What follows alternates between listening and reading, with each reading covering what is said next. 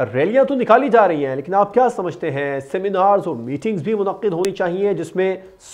Soft image of اسلام دنیا بھر کے سامنے لانا چاہیے؟ اسلاموفوبیا کے خاتمے کے لیے یقینی طور پر اقوام متحدہ کی طرف سے یہ جو ایک دن مقرر کیا گیا یہ قابل تحسین ہے، مگر جو اس میں کرنے کا بنیادی کام ہے وہ آپ کی اس بات کی تائید کرنے کے ساتھ ساتھ کہ جہاں ریلیاں منعقد کی جا رہی ہیں وہاں پر میٹنگز بھی ہونی چاہیے، اجلاسات بھی ہونے چاہیے، کانفرنسیں بھی ہونی چاہیے، سیمینار بھی منعقد ہونے چاہیے، مگر اس سے بھی آگے بڑھ کر جو کرنے کا کام ہے وہ ہے عالمی سطح پر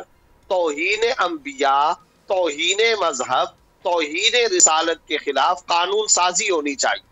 اور اس میں اقوام متحدہ کی سطح پر باقاعدہ یہ قانون بننا چاہیے کہ تمام کے تمام انبیاء کرام علیہ السلام اور تمام مذاہب بالخصوص آسمانی مذاہب یہودیت ہے، عیسائیت ہے، نصرانیت ہے،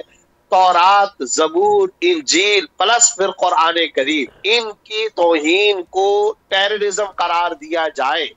ان کی گستاخی اور توہین اور بے توقیری کو دہشت گردی قرار دیا جائے، عالمی سطح پر جرم قرار دیا جائے، اور لکھا جائے اس قانون کے اندر کہ حضرت موسیٰ علیہ السلام کی توہین ناقابل برداشت، حضرت عیسیٰ علیہ السلام کی توہین ناقابل برداشت، حضرت داؤد علیہ السلام کی توہین ناقابل برداشت، حضرت سارہ علیہ السلام، حضرت مریم علیہ السلام کی توہین ناقابل برداشت۔ جب آپ ان تمام شخصیات کا ذکر کرتے تو پھر 1.5 ارب مسلمان جس ہستی کو اپنا حبیب و محبوب، اپنی جانوں سے زیادہ محبوب، اپنا سرتاج، اپنا فخر، وجہ وجود کائنات مانتے ہیں حضرت محمد مصطفیٰ صلی اللہ علیہ وسلم، پھر ان کا نام گرامی اس پہ گرامی بھی شامل کیا جائے کہ نہ ان کی توہین ہوگی اور نہ ان کے اعلیٰ درجے کے اس دین اسلام کی توہین ہوگی، نہ قرآن کریم کی توہین ہوگی۔ اسلاموفوبیا سے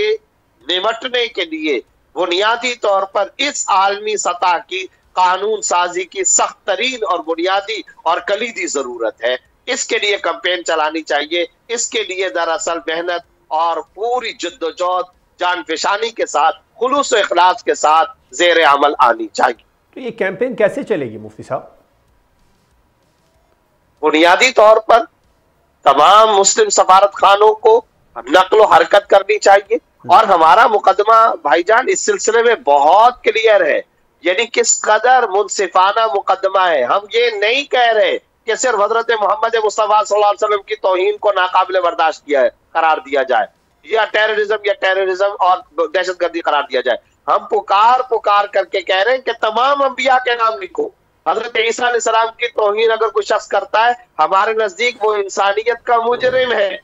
وہ بنیادی انسانی حقوق کی سب سے بڑی پامالی کرنے والا ہے، جو حضرت عیسیٰ علیہ السلام کی توہین کرے، جو حضرت موسیٰ علیہ السلام کی توہین کرے، جو سلیمان علیہ السلام اور داؤد علیہ السلام کی توہین کرے۔ ہم تو یہ کہہ رہے ہیں ہمارا مقدمہ اس قدر منصفانہ ہے، اس قدر ہماری ڈیمانڈ انصاف پر مبنی ہے کہ اس سے زیادہ انصاف پر مبنی کوئی ڈیمانڈ نہیں ہو سکتی۔ لہذا OIC کو حرکت میں آنا چاہیے، عرب لیگ کو حرکت میں آنا چاہیے، مسلم حکمران، ان کی تمام سفارت خانے، تمام کی تمام خارجہ کی وزارتیں اس میں انوالو ہونی چاہیے۔ آئے دن یہ جو پوری دنیا کے اندر نقص امن کا مسئلہ پیدا ہو جاتا ہے اور تباہی ہوتی ہے، لوگ لاکھوں کروڑوں کی تعداد میں باہر نکل آتے ہیں اور وہ اپنے جذبات کا اظہار کر رہے ہوتے ہیں، تو یہ ساری کوئی بھیڑ بکریاں تو نہیں ہے نا، انسان ہے۔ افریقہ کی ساحلی پٹیوں سے لے کر جکارتا تک، عرب سے لے کر کے بنگلہ دیش تک، یہ سارے کے سارے مسلمان کبھی ڈنمارک کے خلاف کھڑے ہوتے ہیں، کبھی سوئٹزرلینڈ کے اندر ہونے والی گستاخی کے خلاف کھڑے ہوتے ہیں،